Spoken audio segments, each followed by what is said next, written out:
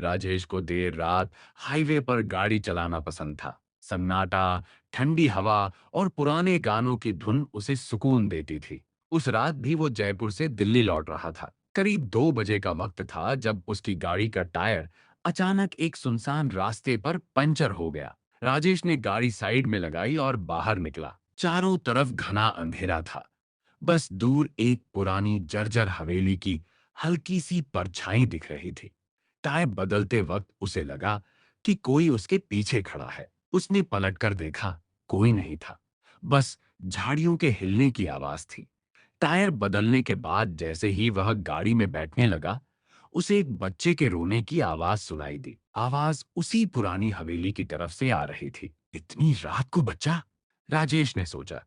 इंसानियत के नाते उसने टॉर्च निकाली और उस तरफ बढ़ा। हवेली के गेट पर जंग लगा ताला था, लेकिन दीवार टूटी हुई थी। राजेश अंदर दाखिल हुआ। रोने की आवाज अब और साफ हो गई थी।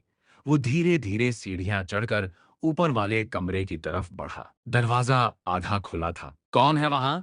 राजेश ने कांपती आवाज में पूछा। रोना अचानक बंद हो गया। राजेश ने कमरे में टॉर्च की रोशनी डाली। कमरा खाली था, सिवाय एक पुरानी धूल से भरी कुर्सी के।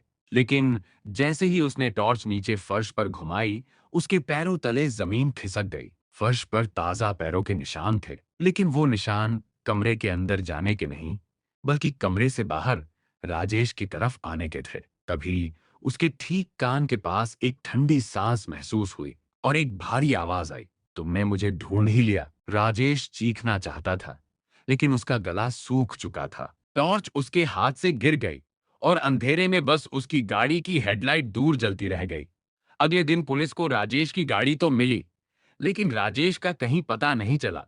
कहते हैं उस हवेली के पास से गुजरने वालों को आज भी कभी-कभी टायर पंचर होने पर एक बच्चे के रोने की आवाज सुनाई देती है।